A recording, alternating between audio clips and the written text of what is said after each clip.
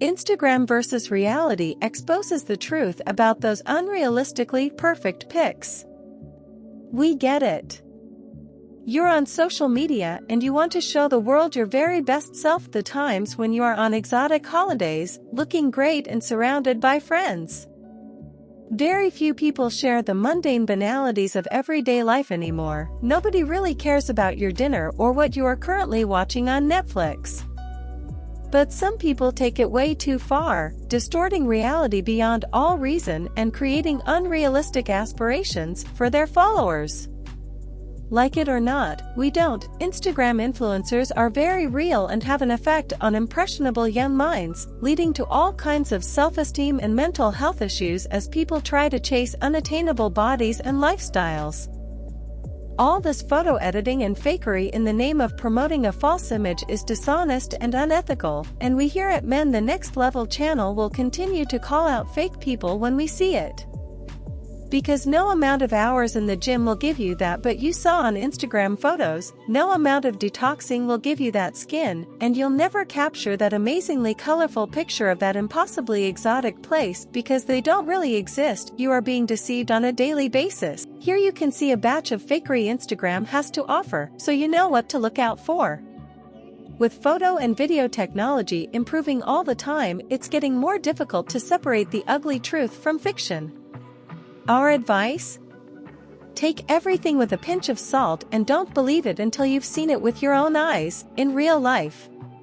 Be alert to see what we mean about Instagram filters abuse, and let us know your thoughts on the matter in the comments.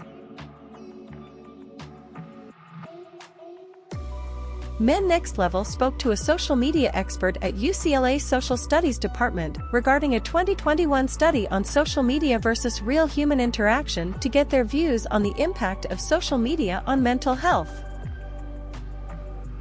We've been doing research on this for several years now, and the data we've collected on this topic has shown that the more time people spend on social media, the more likely they are to experience negative outcomes psychologically.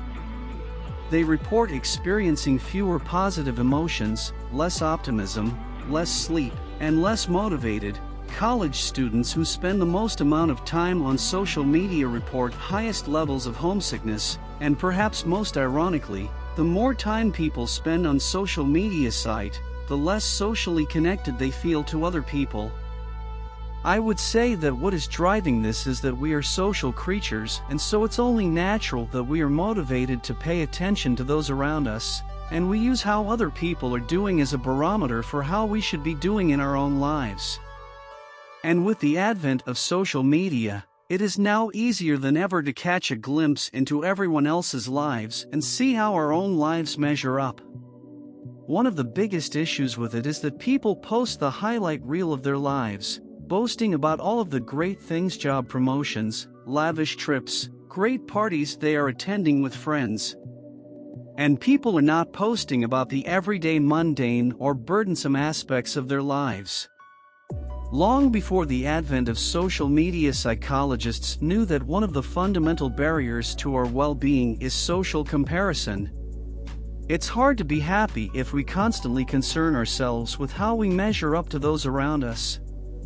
When we derive a sense of worth based on how we are doing relative to others, we place our happiness in a variable that is completely beyond our control.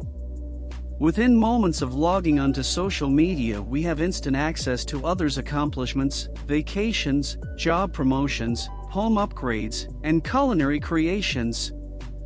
It's nearly impossible not to get swept into the cycle of comparison. Scrolling through the highlight reels our friends' posts inevitably fills us with envy because of the things we now want.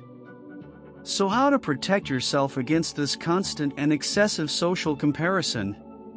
Dr. Bono advises that we spend the time instead focusing on the good things in our own lives.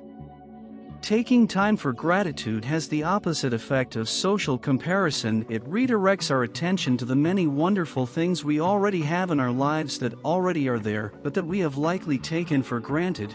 People who take just a few minutes to focus on what they're grateful for feel better about their lives overall, report more optimism about their futures, and even get sick less often. Browsing social media, with our selective presentations of the best of ourselves, can also affect our relationships with those around us. Dr. Bono explains how this incomplete picture can have a negative impact on some people. Social media, especially Facebook and Instagram, is exposing us to information that is ultimately exaggerating how much better off others are in comparison to our own lives, because we are gaining access only to a narrow segment of other people's lives, without the whole picture that in all likelihood has some blemishes and challenges and difficulties that others are inevitably going through as well. Social media leads us to draw inferences about others' lives when we don't have the complete story of how they are actually doing. This would explain the correlations I have found with my research. If people feel they aren't measuring up to what others' lives look like, or that they have not been included in others' adventures, fear of missing out is a real thing. It can lead to various forms of distress.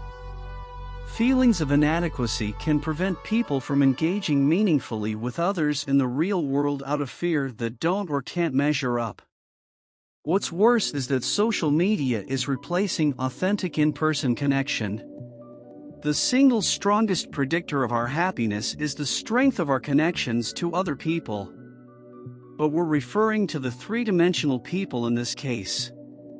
The number of Facebook friends or Instagram followers we have does not count, despite our obsessions with crafting our own digital personas and becoming wrapped up in others. In recent years, the amount of time we have dedicated to screen time has corresponded with a similar decrease in the quantity and quality of our in-person connections. Even if we are physically with another person,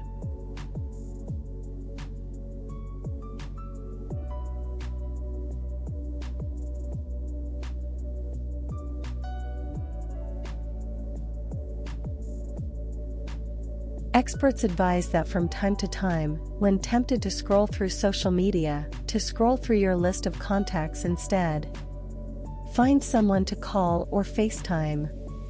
The happiness you derive from an authentic connection with another person will be far greater than a random post or like on social media. It can all sound a little scary when we frame our use of social media in such a cautionary way.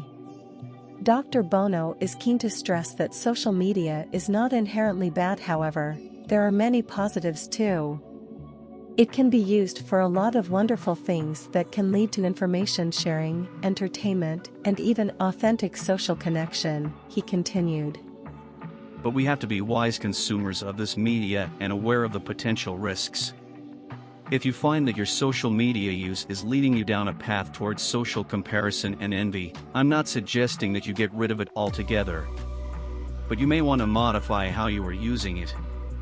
Then you'll get more of the benefits with fewer of the drawbacks. Thank you for watching. Please subscribe.